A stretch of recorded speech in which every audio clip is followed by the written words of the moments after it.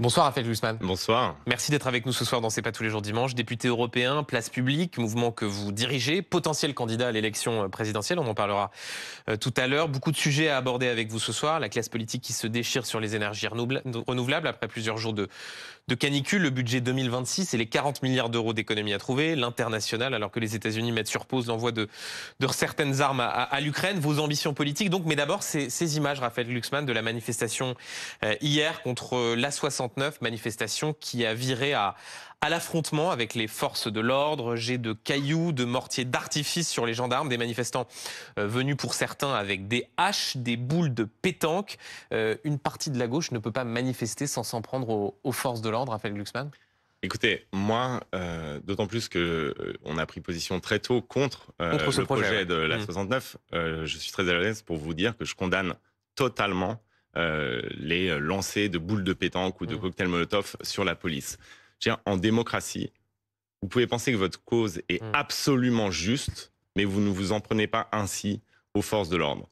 Après, il y a un mais quand même. Non.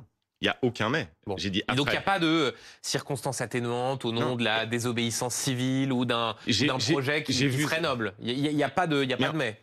En démocratie, la noblesse de votre cause ne vous autorise pas à tout. C'est aussi simple que ça. Il y a des lois, vous les respectez. Maintenant, quand j'entends le ministre de l'Intérieur dire des barbares sans limite, quand j'entends parler d'éco-terrorisme chez Madame Le Pen, je dis juste, il va falloir qu'on descende d'un cran, là. Il n'y a pas une forme de barbarie à s'en prendre et acheter des boules de pétanque sur des forces de l'ordre ? J'ai dit que je condamnais, mais enfin, si vous dites barbare sans limite pour ce qui se passe là, alors vous qualifiez comment Daesh, quoi. Donc il y a un moment où en fait, la rhétorique politique crée une atmosphère de guerre civile à chaque fois. Là, c'est des actions condamnables qui doivent être condamnées. Je le répète, on ne s'en prend pas aux forces de l'ordre, on ne jette pas de boules de pétanque, on n'attaque pas les policiers à coups de cocktail Molotov. Mais sur le fond, Raphaël Glucksmann, comment est-ce que vous expliquez qu'un certain nombre de manifestations, en particulier quand il s'agit de grands projets d'infrastructure, on a vu ce qui s'était passé notamment à Notre-Dame-des-Landes il y a quelques années, comment est-ce que vous expliquez qu'une partie de la gauche, ce qu'on appelle des black blocs, ne puisse pas s'empêcher d'aller à l'affrontement direct avec les forces de l'ordre ? Parce qu'il y a d'un côté des groupuscules qui veulent la violence, mais de l'autre, il y a aussi une colère qui existe, une vraie colère. Et d'ailleurs, vous dites, pour ces grands projets d'infrastructure, et je pense qu'on va, à mon avis, dans cet entretien, aussi parler de la canicule, du réchauffement climatique, de cette impuissance organisée face à la question climatique. Et donc, il y a une colère réelle qui s'exprime. Et la cause, encore une fois, la cause peut être juste. Mais moi, ce que j'explique, c'est que même quand on a la cause la plus juste du monde, eh bien, il y a des limites à ces actions et on ne peut pas faire cela. Pourquoi ? Parce que nous vivons en démocratie et que si votre cause est si juste et si forte, eh bien, il faut la faire gagner à travers les élections pour pouvoir élire des représentantes et des représentants qui engagent réellement la transformation écologique et qui portent la cause que vous voulez défendre. Juste avant, Raphaël Glucksmann, de parler effectivement de cette canicule, vous êtes opposé, d'ailleurs vous l'aviez dit au moment de la campagne des Européennes, à ce projet d'A69. Est-ce que ça veut dire, Raphaël Glucksmann, que votre gauche, la gauche que vous incarnez, peut-être que vous porterez à l'occasion de l'élection présidentielle, on en parlera tout à l'heure, dit tout ce qui est grand projet d'infrastructure, là, il y a une partie de la gauche qui défend cette autoroute. Et localement, la patronne de la région, localement des élus, avec qui nous avons... Votre gauche, c'est ces grands projets, on arrête, c'est fini. Non, il y a un moratoire, sur les grands projets. Non, mais sur les grands projets autoroutiers, pourquoi ? Je vais vous dire une chose très simple. Le grand projet d'infrastructure qu'on doit porter aujourd'hui, c'est la France du rail. Et d'ailleurs, Carole Delga, en Occitanie, elle a fait un grand projet du rail, un grand projet ferroviaire. Et aujourd'hui, on est dans une situation où on doit redistribuer ce que nous avons consacré à la route vers le rail. Il faut relancer le fret. Ça, c'est un grand projet d'infrastructure. Il faut relancer le train du quotidien. Ça, c'est un vrai projet d'infrastructure. Donc oui, il y aura des grands projets d'infrastructure. Et c'est pour ça que, par exemple, contrairement à une partie des écolos, moi, je soutiens les LGV, les lignes à grande vitesse. Moi, je suis pour la France et l'Europe du train. Mais pas une autoroute qui permet de gagner du temps et peut-être de désenclaver le bassin autour de la ville de Castres. Non, ça, c'est non. Et j'entends tout à fait les demandes des élus locaux qui sont majoritairement pour et des Tarnais qui sont majoritairement pour. Mais le fait est qu'aujourd'hui, on doit trouver des alternatives à ce développement permanent de la route et de l'autoroute. Et ça passe notamment par le grand plan ferroviaire que nous avons dans notre vision, dont vous avez eu l'obligeance de parler. Raphaël Glucksmann, la semaine a donc été marquée par une vague de chaleur inédite par son intensité, par sa précocité et par une passe d'armes au sein du gouvernement entre ceux qui défendent les énergies renouvelables et les Républicains, le ministre de l'Intérieur Bruno Retailleau, qui souhaite mettre fin aux subventions à l'éolien et au photovoltaïque du populisme, dit la ministre de l'écologie Agnès Pannier-Runacher. Est-ce que vous êtes d'accord avec elle? Est-ce que c'est du populisme? C'est du trumpisme. C'est du populo-trumpisme. Ah, il est trumpiste, Bruno Retailleau? Là, c'est quoi? C'est dire on cesse d'investir dans les renouvelables, alors même que la France souffre de sous-investissement dans les renouvelables par rapport à tous nos partenaires européens. Et il y a une révolution énergétique à mener. Et on ne sortira pas de notre addiction aux énergies fossiles simplement par le nucléaire. Vous savez, nous, on a une position très claire. On veut conforter le rôle du nucléaire. On n'est pas dans un esprit anti-nucléaire du tout. Mais le nucléaire seul ne suffit pas.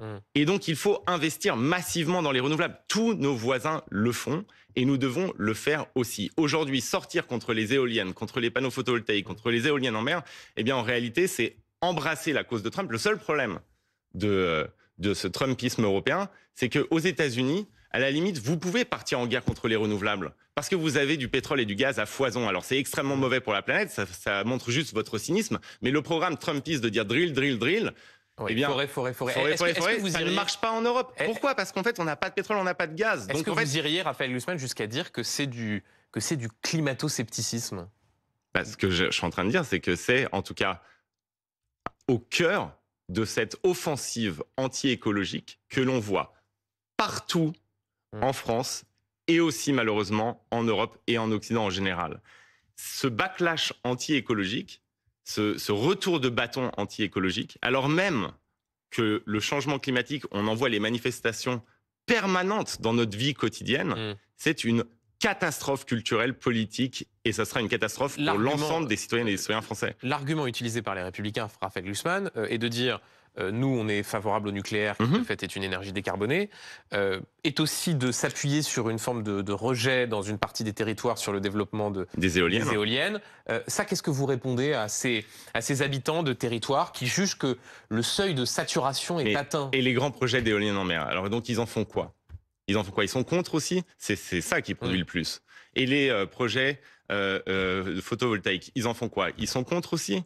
Mais alors ça veut dire quoi? Comment on fait? Parce qu'en fait, il y a une sorte de mythe là qui est en train de s'installer.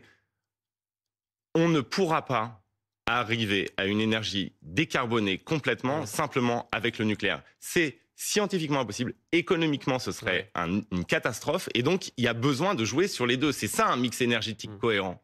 Mais alors, pour rentrer dans le détail de ce mix énergétique que vous défendez, Raphaël Glucksmann, puisque vous parlez du nucléaire, et là encore, j'ai bien lu et j'y ferai référence à plusieurs reprises dans cette interview, ce que vous dites dans votre projet pour la France, conforter le rôle du nucléaire en assurant la sûreté des centrales existantes et la construction de nouvelles unités. Ça veut donc dire, là encore pour être extrêmement précis, que vous êtes favorable à ce que la France construise de nouveaux réacteurs nucléaires. Oui, si c'est économiquement rationnel de le faire. Ça sera notre critère. Vous savez, nous, on est religieux sur les objectifs, c'est-à-dire mener à bien cette révolution écologique, faire en sorte de décarboner notre production énergétique et se passer du gaz et du pétrole. Donc, les moyens d'y parvenir, il faut être réaliste et pragmatique. Et il y a besoin d'investissement dans le nucléaire pour y parvenir. Et donc, moi, quand j'entends... Parce que jusque-là, le discours de la gauche, Raphaël Glucksmann, c'est pour certains de dire, écoutez, effectivement, on ne peut pas passer au 100% renouvelable du jour au lendemain, mais en gros, on fait des travaux pour que le parc nucléaire reste à niveau, mais on n'en construit pas d'autres et on monte en puissance sur le renouvelable. C'est pas ce que vous dites? Non, nous, ce qu'on dit, et c'est une vision, et ensuite, c'est des chantiers, vous avez vu, on va en parler avec toute la société française, on va engager un grand dialogue avec l'ensemble des acteurs sociaux dans le pays. On a bien précisé, c'est pas un programme avec des mesures extrêmement précises et chiffrées. Pourquoi? Parce que ce qu'il faut, c'est ensuite aller dialoguer avec les entreprises, avec les acteurs, avec les associations, avec les syndicats, faire en sorte que ça émerge, ce projet émerge d'une rencontre avec la société française. Maintenant, nous, ce qu'on dit de manière très simple, c'est que si on nous prouve que c'est économiquement rationnel de le faire, parce que sinon il y a eu des gabegies aussi dans le nucléaire, eh bien, nous le ferons. Pourquoi? Parce que l'objectif absolu, c'est pas être pour ou contre le nucléaire, c'est la décarbonation de notre production énergétique. Mais être vraiment écolo, c'est réfléchir comme cela. Mais je souligne malgré tout la singularité de votre position. Mais il y a plein d'endroits où on aura des positions singulières, et je vais vous dire, la seule exigence qu'on a, la seule exigence qu'on a, c'est la sincérité. On se fixe des objectifs. On dit, on veut arriver à la décarbonation de notre production énergétique. Comment on fait? Eh bien, sur le comment on fait, on sera totalement ouvert et rationnel. Raphaël Glucksmann, je voudrais qu'on parle du budget 2026 et des 40 milliards d'euros d'économies que le gouvernement doit annoncer dans un peu moins de 10 jours. Alors là encore, j'ai lu attentivement votre programme. J'ai vu des propositions de hausse d'impôts. Ça, elles sont assez claires, mais alors sur les économies, pas grand-chose, hein, si ce n'est une volonté de lutter, je cite, contre les dépenses inefficaces. Bon, personne n'a envie d'avoir des dépenses inefficaces. Je cite, d'améliorer l'efficacité de la dépense publique partout. Bon, ok, là encore, objectif assez consensuel. En fait, vous n'avez aucune idée d'économie sérieuse. Alors là, je vais vous dire, en fait, on va lancer un chantier spécifique sur cela. Sur les économies de dépenses. Sur les économies et sur l'équilibre budgétaire. Mais on l'a précisé dès le début. On a dit, c'est pas un programme, c'est une vision. Mais sur les impôts, vous êtes beaucoup plus précis. Non, on n'a pas mis de taux. On a fait exprès de pas mettre de taux. Ouais. Ce qu'on a dit, c'est que les pistes d'imposition, oui, on les connaît. Il faut que les plus hauts patrimoines contribuent plus à la solidarité nationale. Il faut aussi qu'on sorte de ce déséquilibre absolu aujourd'hui, où quand vous regardez la taxation en France et les choix fiscaux qui ont été faits, 46% de taxation sur le travail, 30% sur le capital, 11% sur les retraites et moins de 10% sur l'héritage, eh bien tout cela fait que nous passons d'une société de travailleurs à une société de rentiers et d'héritiers. Et nous allons des économies, Raphaël Glucksmann. Là, il y a 40 milliards d'euros, du moins c'est le cap fixé par le gouvernement. Est-ce que vous avez le quart du début du dixième d'une idée de là où est-ce qu'il faut faire des économies? Alors, il va falloir faire des économies sur les niches fiscales déjà qui ont été proposées. Ça augmenter les impôts. Non, mais il y a des niches qui ont été proposées et qui sont aujourd'hui toutes jugées, enfin pour certaines jugées inefficaces. Et ensuite, oui, il y aura des économies d'échelle. Nous, on propose un grand pacte, par exemple, de décentralisation. Un grand pacte de décentralisation. Et la manière dont nous avons posé les choses dans notre vision, c'est que ce pacte de décentralisation va se traduire par des suppressions d'échelle. Mais ça met combien de temps à faire des économies, ça, quand vous agissez sur la décentralisation? Là, le fait est qu'il y a un budget l'année prochaine et il faut faire 40 milliards d'euros d'économies. Est-ce que, est-ce que c'est sur la dépense sociale? Est-ce que, par exemple, l'idée d'une année blanche, de dire on gèle pendant un an les dépenses, les prestations, et vous faites comment là avec l'hôpital? Et vous faites comment avec l'école? Vous savez pertinemment qu'aujourd'hui, l'hôpital et l'école sont des cocottes mineures. Mais ce que je dis, c'est que quand vous balancez des années blanches ou quand vous vous expliquez que vous allez couper, sabrer dans les dépenses de manière complètement univoque, eh bien le résultat, c'est qu'à la fin, on a des services publics pour certains d'entre eux qui sont des cocottes minutes prêtes à imploser. Et si vous sabrez partout de manière égale, eh bien les conséquences seront désastreuses. Nous ne toucherons pas à l'hôpital public. Nous pourrons discuter avec les acteurs de l'hôpital public sur une réorganisation possible pour faire des économies. Mais en fait, la vérité, c'est que là, ces économies au coup de sabre, ce qui va se produire, c'est quoi? C'est que si vous ne changez rien structurellement, vous ne changez jamais l'organisation de quoi que ce soit. Mais vous dites, soit je mets de l'argent, soit j'en retire, eh bien vous créez une situation complètement impossible. Nous, ce qu'on veut, c'est un grand plan de réorganisation pour l'hôpital public. Pardonnez-moi, Raphaël Glucksmann, d'insister. Sur quel secteur est-ce que vous considérez qu'il y a une possibilité de faire des économies dans un budget 2026 pour éviter que le déficit dérape, que la dette n'augmente et qu'éventuellement on se retrouve dans une situation où la France ne peut plus se financer sur les marchés? Quelle économie de dépenses peut être mise en œuvre et avec laquelle vous seriez d'accord? On jugera sur pièce les économies qui sont proposées. Mais quand on nous explique que comme ça, on sabre partout, eh bien, je vais vous le dire, ça va produire des catastrophes dans plusieurs secteurs. Et donc, je reprends. Nous, quand on présente une vision, c'est pas sur le budget qui arrive là. Quand on présente une vision, on dit quoi? On dit qu'on va ausculter l'ensemble des dépenses publiques et que là où il y a besoin de réorganisation, eh bien, nous réorganiserons pour que la dépense publique soit efficace. Moi, je prends des chiffres très simples. En Allemagne, par exemple, vous avez à peu près le même investissement dans l'éducation nationale. Comment se fait-il qu'à la fin, eh bien, il y ait des salaires bien plus élevés pour les enseignants? Vous savez qu'on est en France, le pays d'Europe qui traite le plus mal ses enseignants. On est le pays d'Europe qui traite le mieux ses cadres supérieurs à la retraite. Ça, c'est un fait. Et on est le pays d'Europe qui traite le plus mal ses enseignants. Qu'est-ce que ça veut dire, ça, sur la conception qu'on a de l'avenir? Donc ça veut dire que, par exemple, si je vous prends au mot, ça veut dire qu'il y aurait une possibilité de faire contribuer les retraités? Une des pistes qu'on pose dans notre vision, et on va en discuter, y compris d'ailleurs avec les organisations de retraités. Ah, ça c'est un exemple Une des pistes qu'on pose, c'est de dire que, par exemple, les retraités les plus aisés, qui sont aujourd'hui objectivement privilégiés par le pacte fiscal, devront contribuer à la solidarité nationale. Ça veut dire, par exemple, supprimer l'abattement fiscal, sous-indexer les pensions de retraite, ça fait partie c'est des pistes intéressantes. Autre piste qu'on pose, qui est, par exemple, en France, vous avez vous avez la suppression des plus-values latentes, ce qu'on appelle les plus-values latentes, au moment de l'héritage. C'est une particularité française qui coûte extrêmement cher et favorise les héritiers les plus fortunés. Eh bien, on le pose sur la table. Là, est-ce qu'il n'y a pas des économies à faire? Donc en fait, on a des pistes. Mais simplement, là, vous m'interrogez sur un budget précis, le prochain. Moi, ce que je vous dis, c'est que on explore des pistes d'économie. Parce qu'en fait, quand vous préparez un projet pour la France, vous ne préparez pas le budget de septembre-octobre. Là, vous préparez les prochaines années pour notre pays. Et là, on aura des pistes, effectivement, extrêmement sérieuses sur des économies à faire, mais qui reposeront toutes sur une ambition simple. Que ces pistes conduisent à plus d'équité et plus de justice. Raphaël Glucksmann, est-ce que vous considérez, comme vos camarades socialistes, qu'en l'état, François Bayrou doit être censuré? Ce que je considère, c'est que François Bayrou avait promis une chose simple. Il avait promis que le conclave sur la retraite déboucherait sur un changement de la réforme des retraites. Aujourd'hui, le patronat n'a pas joué le jeu et donc il y a une trahison de la parole donnée sur les retraites. Alors, ce à quoi François Bayrou répond, il y a eu des points de convergence, pas d'accord formel, et ces points de convergence-là, ils seront inscrits dans le budget de la sécurité sociale à la rentrée. Alors qu'ils les inscrivent. Mais donc, est-ce que là, au fond, si vous aviez été parlementaire mardi dernier, est-ce que vous auriez voté la censure contre François Bayrou? Ce qu'il aurait dû faire, c'est présenter tout de suite, dire tout de suite que ça va aller devant l'Assemblée nationale et qu'il y aura un vote. Est-ce que vous auriez voté la censure? Je l'aurais voté. Vous auriez voté la censure? Parce que il y avait une promesse donnée qui avait justifié la non-censure au départ et qui n'a pas été tenue. Alors je vois bien. Moi, j'ai pas du tout joué la politique du pire. Pendant tout le conclave, j'ai soutenu les organisations syndicales et le corps intermédiaire qui espéraient déboucher sur quelque chose de concret.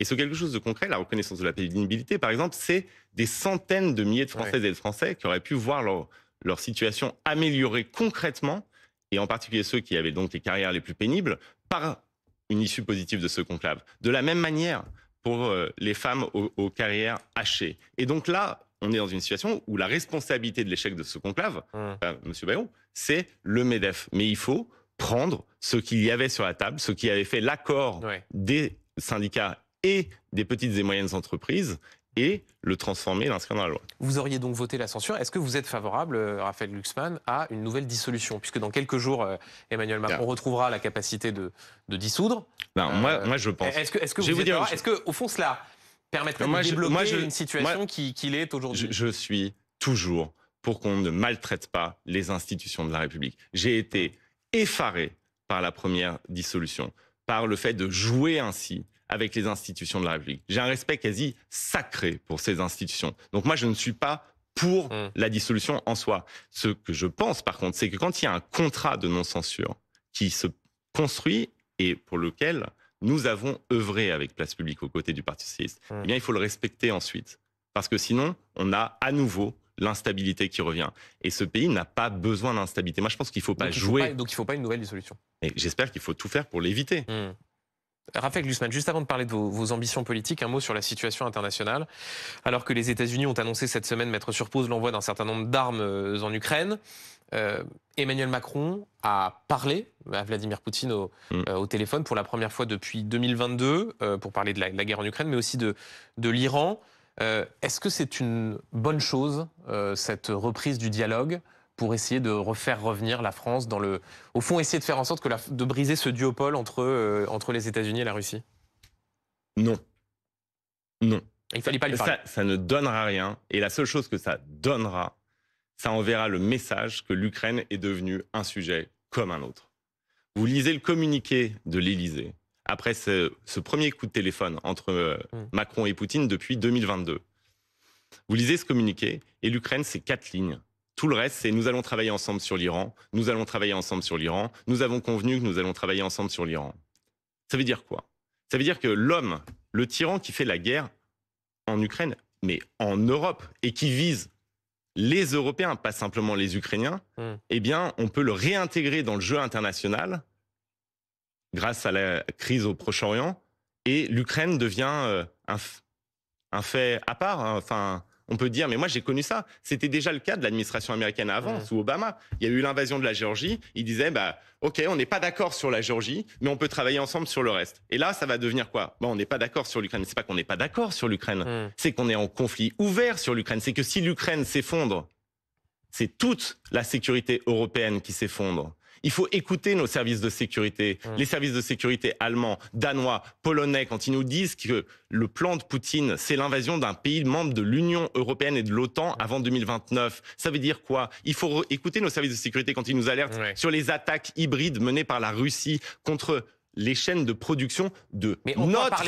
industrie de la défense. Parler à Vladimir Poutine est un signe de manque de prise en compte de ce que vous parce que vous lui envoyez le message que oui, nous sommes en désaccord sur l'Ukraine, mais nous pouvons travailler ensemble sur le reste. La priorité absolue pour nous, c'est la sécurité des Européens. Tant que Vladimir Poutine menace la sécurité des Européens, nous ne lui parlons pas sur le reste. Nous ne faisons pas semblant qu'on peut, continuer à avoir des relations diplomatiques avec lui tant que il n'y a pas la paix en Ukraine. Donc la seule chose dont nous devons parler avec lui, c'est du retrait des troupes russes d'Ukraine, c'est d'un cessez-le-feu en Ukraine. Et vous avez vu comment Vladimir Poutine réagit quand on l'appelle, quand Monsieur Trump se couche devant lui, quand Emmanuel Macron dit qu'on peut travailler ensemble sur l'Iran, ça le calme.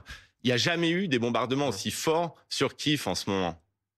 Il est en train de littéralement incendier la capitale ukrainienne. Donc en fait, à chaque fois qu'il perçoit chez nous la tentation d'un retour à la discussion ou à la normale avec lui, il attaque encore plus fort. Donc il faut maintenant saisir les avoirs publics russes qui sont dans nos banques, 210 milliards. Il faut enfin ce paquet de sanctions qui a été prévu et qui n'arrive pas. Et il faut augmenter nos aides à l'Ukraine. Juste avant de parler de politique intérieure, Raphaël Glucksmann, vous parliez il y a un instant de la question du Proche-Orient. Le Premier ministre israélien sera en déplacement demain à la Maison-Blanche. Il dit que sa rencontre avec Trump peut contribuer à un cessez-le-feu à Gaza. Vous qui êtes un contempteur du président américain, de ses méthodes, de sa politique étrangère, là il est en train de réussir là où les Européens ont échoué, à pousser le Premier ministre israélien à un cessez-le-feu à Gaza. Déjà, vous êtes bien optimiste. Attendons de voir. Et deuxièmement, quoi? Il y a une chose qu'il faudra rappeler sans cesse. Il n'y aura pas de paix sans État pour les Palestiniens, sans solution politique reconnaissant les droits des Palestiniens. Et donc, la vision de Trump, qui est finalement de donner la prime à la force en permanence, et une vision qui peut-être pourra acheter un cessez-le-feu. Et là, dans ce cas-là, ce sera toujours bien. On réclame un cessez-le-feu. Mais ça n'apportera pas la paix. La paix, elle se construira si la question palestinienne n'est pas mise sous le tapis. Trump 1, pendant son premier mandat, il a essayé de construire une paix régionale entre Israël et les pays arabes en mettant la question palestinienne sous le tapis. Ça n'a pas marché. Et ça ne peut pas marcher. Et donc, ce qu'il faut, c'est que l'Europe prennent une voie différente de celle des États-Unis et imposent que dans tout règlement, il y ait des perspectives politiques pour les Palestiniens. Et encore une fois, c'est réaliste de dire ça. C'est pas simplement l'attachement au droit international. C'est que vous n'aurez pas la paix tant qu'il n'y a pas une solution politique qui donne des droits aux Palestiniens et d'abord le droit à un État. Raphaël Glucksmann, parlons donc de vos ambitions politiques. D'abord une question assez simple. J'ai fait référence plusieurs fois à ce programme de 88 pages qui détaille ce que vous voulez pour la France avec des phrases du style, par exemple sur le SMIC à 1 600 €, je cite, « dans les 2 ans qui suivent notre accession au pouvoir ». Si vous voulez faire de la politique différemment, ne pas être quelqu'un qui parle comme on parle depuis 30 ans sous la Ve République, quand on fait un programme qui s'appelle La Vision pour la France, on assume et on dit qu'on est candidat à l'élection présidentielle. Pourquoi est-ce que vous le voyez ? Non, c'est pas du louvoiement. Moi, je veux faire les choses dans le bon ordre. Le bon ordre, c'est quoi? D'abord, dans les 2 ans, quand nous accéderons bien sûr, au pouvoir. parce que nous, ce que nous faisons, c'est nous faisons quelque chose qui n'a pas été fait depuis longtemps. Mais vous voulez accéder au pouvoir? Nous construisons, mais nous, un collectif. Nous, Place Publique, et je crois que vous êtes à la tête de Place Publique. Les sociodémocrates, les socialistes, cette gauche pro-européenne qui, jusqu'ici, s'est fait marcher dessus par les insoumis et par le macronisme et qui doit renaître de ses cendres. Comment elle va faire pour renaître de ses cendres? Il faut proposer une vision claire, construire un programme, un projet, se focaliser sur soi, dire que voulons-nous, qui sommes-nous, que voulons-nous, mobiliser dans la société. Et ensuite, une fois que vous avez fait tout ça, vous avez une perspective pour gagner les élections présidentielles et les élections législatives. Mais si vous ne faites pas ça, eh bien, vous n'avez aucune chance de l'emporter. Et un programme présidentiel qui sera concocté à 3 mois des élections à la va-vite avec des technos dans une chambre, machin, ça ne fonctionne pas. J'entends Raphaël Glucksmann, mais alors, je veux à l'inverse. Qu'est-ce qui pourrait aujourd'hui vous empêcher d'être candidat à l'élection présidentielle? Mais s'il y a une meilleure incarnation pour cette voie-là, moi ce que je veux, c'est être le garant de cette ligne. Une ligne qui est clair, un cap clair. Oui, le fameux cap clair qui a suscité d'ailleurs les moqueries d'absolument de mes enfants pendant tout l'été dernier. Donc j'espère que vous aviez tendance à le répéter. J'espère que cette année, ça ne sera pas le cas. Mais ce que je veux dire, une ligne donc sans compromission. Moi, je serai le garant du fait qu'il y aura une offre politique qui représentera cette gauche démocrate, humaniste, social-démocrate, écologiste, pro-européenne. Et donc, que ça se fera sans la France insoumise et que ça se fera dans la clarté. Je vais vous dire, attendez, laissez-moi continuer. Je veux que sur le fond, nous produisions une identité politique que tout le monde puisse comprendre et appréhender. Je veux qu'on ait des réponses sur l'hôpital, je veux qu'on ait des réponses sur l'école qui soient les nôtres de réponses, pas des succès d'années d'un programme concocté par d'autres. Et ensuite, moi je serai le garant de ça. S'il y a une meilleure incarnation que moi, eh bien, tant mieux. Raphaël Glucksmann, est-ce que vous vous sentez capable d'être président de la République? Mais ça, c'est une question vertigineuse, vous savez. Et je pense d'ailleurs qu'il y a beaucoup de gens qui sont candidats et qui ne se sont pas posés assez. Moi, j'avais choqué beaucoup de monde, je vais vous répondre, mais j'avais choqué beaucoup de monde au moment de la dissolution et dans les suites de la dissolution, quand j'avais répondu, je crois que c'était d'ailleurs Le Point, qui m'a dit, mais vous avez été contacté, pourquoi ne pas être Premier ministre? J'ai dit, je ne suis pas prêt. À ce moment-là, parce que j'avais fait un projet pour l'Europe, on avait fait une campagne sur l'Europe, et j'avais répondu, là, je ne suis pas prêt à être Premier ministre. C'est le produit du travail. Et donc, est-ce que vous vous sentez capable d'être président de la République? C'est une ascèse. Je vous répondrai à cette question plus tard. C'est une ascèse. C'est du travail. Non, c'est du travail. Moi, ce que je fais là, c'est que je vais voir les agriculteurs dans l'Ardèche. Je suis avec la police dans les Yvelines, à Conflans, à Chanteloup-les-Vignes.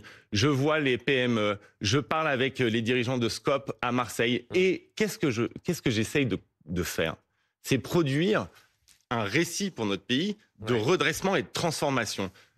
C'est un processus. Moi, les gens qui s'auto-proclament candidats à la présidentielle, qui s'auto-proclament candidats au poste de Premier ministre, je ne comprends pas. C'est des responsabilités tellement énormes que quand vous y allez, vous devez être intérieurement convaincu que vous êtes la meilleure personne pour le faire. Et c'est le travail que vous êtes en train de faire.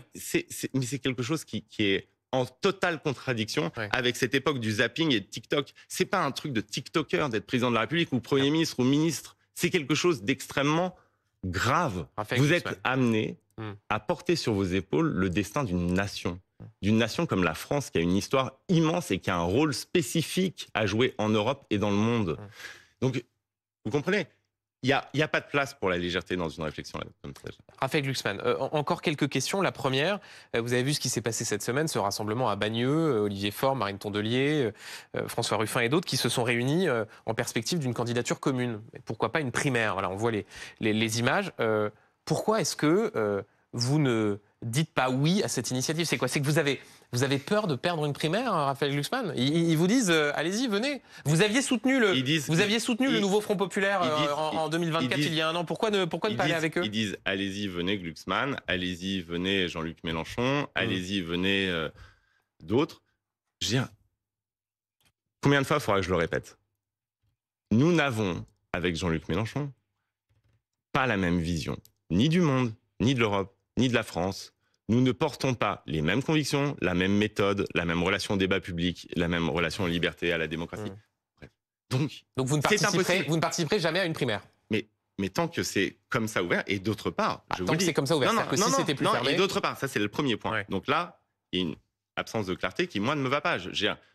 Le NFP, c'est parce qu'il y avait 3 semaines pour empêcher Jordan Bardella, Premier ministre, Marion Maréchal à la culture, Éric Ciotti au ministère de l'Intérieur, une majorité absolue pour le Rassemblement national, et que donc, il fallait faire des choix difficiles pour barrer la route à ce qui était le pire et établir une hiérarchie des périls dans laquelle la prise du pouvoir imminente par le Rassemblement national était le principal danger. Maintenant, là, on a du temps pour construire une alternative. Et moi, je pense qu'on ne la construit pas comme cela. Moi, je pense que ce qu'on doit faire, c'est dire qui nous sommes, présenter un programme, un projet pour le pays, créer une dynamique politique qui soit capable d'assumer les confrontations, les ruptures et qui l'emporte. Eh bien justement, Raphaël Glucksmann, vous parlez de rupture, et notamment vis-à-vis de la France Insoumise. Je voudrais vous faire écouter ce que disait Mathilde Panot ce midi, la présidente du groupe LFI à l'Assemblée nationale, au sujet des municipales et du projet que portera la France Insoumise sur la question de la sécurité. Écoutez Mathilde Panot. Vous dites aux habitants de communes qui nous écoutent, qui peut-être demain auront une liste LFI dans leur municipalité, dans leur ville, si vous élisez un maire de la France Insoumise, nous désarmerons la police municipale de votre ville si elle est armée. Oui. Oui. Et quant aux caméras de surveillance, là aussi, il faut voir dans le cadre des contrats, mais moi je le redis, je ne suis pas favorable à ce qu'on mette des caméras de surveillance partout qui n'ont, encore une fois, jamais prouvé leur utilité. Donc il y aura un plan pour enlever les caméras de vidéosurveillance dans les villes où la France Insoumise serait élue. Oui. Vous êtes d'accord avec elle? Non. Et il n'y aura pas de maire de la France Insoumise. Ah donc, bon, ça vous êtes on fera tout pour. On fera tout pour que les mairies de gauche restent à gauche, mais dans la gauche démocrate que nous représentons. Et j'ai bien compris la stratégie. De toute façon, il y aura une confrontation avec la France Insoumise au municipal. Vous pouvez dire, Raphaël Glucksmann, les yeux dans les yeux, puisque c'est au fond quelque chose qui revient souvent. On est très critique avec la France Insoumise quand il n'y a pas d'élection. Et puis quand il y a des élections et qu'il y a le péril du Rassemblement national, là on dit, ouais, mais face aux deux périls, il y a un moindre mal. Et donc on y va, ce que vous avez dit pendant le nouveau Front Populaire. Ouais. Est-ce que vous pouvez dire les yeux dans les yeux, il n'y aura plus jamais d'alliance avec la France Insoumise pour le président du mouvement Place Publique? Vous savez ce que j'ai fait depuis le 9 juin, ce que nous avons fait collectivement avec Place Publique. Depuis le 9 juin, nous avons construit un appareil politique parce que nous nous sommes rendus compte de quoi, le 9 juin? C'est qu'en fait, Emmanuel Macron avait rendu les clés, même si vous aviez fait une super campagne, que l'opinion était avec vous. Vous n'avez pas d'appareil, vous n'avez pas de candidat, vous n'avez pas de force. Donc, il avait rendu les clés, Emmanuel Macron, aux appareils politiques. Je me suis dit, plus jamais nous retrouverons dans cette situation. Depuis, nous avons construit un parti. D'alliance avec la France Insoumise. Laissez-moi finir, parce que c'est pas que vis-à-vis de la France Insoumise, là, la question que vous me posez. Donc, nous avons construit un parti. Nous sommes en train de construire un projet. Nous avons voté, lors de notre congrès, pour le changement de statut, nous avons voté une feuille de route. Dans cette feuille de route, c'est écrit noir sur blanc. Il n'y aura pas d'accord national avec la France Insoumise. Ça veut dire quoi? Ça veut dire que ni aux législatives, ni aux présidentielles, il n'y aura, même sous la pression, d'accord avec la France Insoumise. Je ne peux pas être plus clair. On me pose la question 1 million de fois, je donnerai la même réponse. Et mais face à un candidat Rassemblement National, vous appelleriez à voter pour un candidat à la France Insoumise? Mais je vais vous dire une chose très simple. Nous serons, si nous nous structurons, nous serons largement en tête à gauche. Nous l'avons montré aux européennes.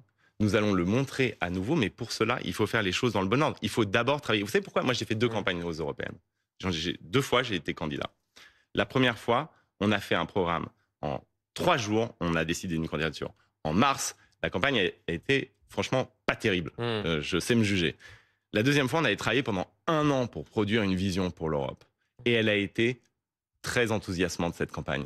Il faut faire la même chose pour la France, tout en élargissant le spectre. Et si nous travaillons, eh bien, nous serons en tête, parce qu'une écrasante majorité des électrices et des électeurs de gauche démocrates dans notre pays sont en attente de cela. Raphaël Glucksmann, on manque de temps. Un tout dernier mot. Vous voyez l'angle d'attaque des Insoumis et d'autres qui disent Raphaël Glucksmann, social traite Macron. C'est le nouveau Macron, le Macron de 2017. Il faut dire que quand on regarde, rejoint par Sacha Houlié, ancien macroniste, vous soutenez une plateforme de progressistes défendue par Pascal Canfin, député européen Renaissance. En fait, vous êtes le nouveau Macron. Vous allez travailler avec des macronistes. Il y a même Aurélien Rousseau qui est avec vous, qui était directeur de cabinet d'Elisabeth Borne pendant la réforme des retraites et qui a été ministre d'Emmanuel Macron. C'est vous le nouveau Macron, en fait. Vous avez lu les 92 pages de 88 pages de notre vision. Vous avez même retenu le chiffre parfaitement. Est-ce que vous pensez que ça correspond à la vision sur l'écologie, sur la justice sociale d'Emmanuel Macron? Non. Donc vous serez en rupture avec le macronisme? Aucunement. Ça correspond à cette vision. Moi, ce que je veux, c'est que le maximum de gens venus d'horizons politiques divers nous rejoignent sur la base de cette vision, qui sera ensuite déclinée en projet. Ce que je veux, c'est que cette vision et ce projet structurent une dynamique dans le pays. On n'est pas des videurs de boîtes de nuit. Enfin, je veux dire, on ne va pas demander aux gens qui adhèrent à cette vision, qui disent ça me parle. Donc vous tendez la main aux macronistes. Ce qu'ils ont fait dans les mais aux écologistes, aux macronistes déçus, aux socialistes, aux démocrates, à tous ceux qui sont sans affiliation politique, à condition d'une seule chose. C'est qu'ils se disent que cette vision-là, on va la décliner en projet et surtout, on va l'appliquer. Et qu'il n'y aura rien d'écrit là que nous ne mettrons pas en œuvre si nous gagnons les élections. Et donc, ce qu'il faut désormais, c'est travailler et arrêter avec les questions de popol sur qui a fait quoi il y a 3 ans, 4 ans, 5 ans, 6 ans, 12 ans. Merci Raphaël Glucksmann. Et je vous réinviterai pour savoir si vous êtes prêt alors à être président de la République, puisque vous ne m'avez pas tout à fait répondu. Merci Raphaël Glucksmann d'être venu nous voir ce soir dans C'est pas tous les jours dimanche.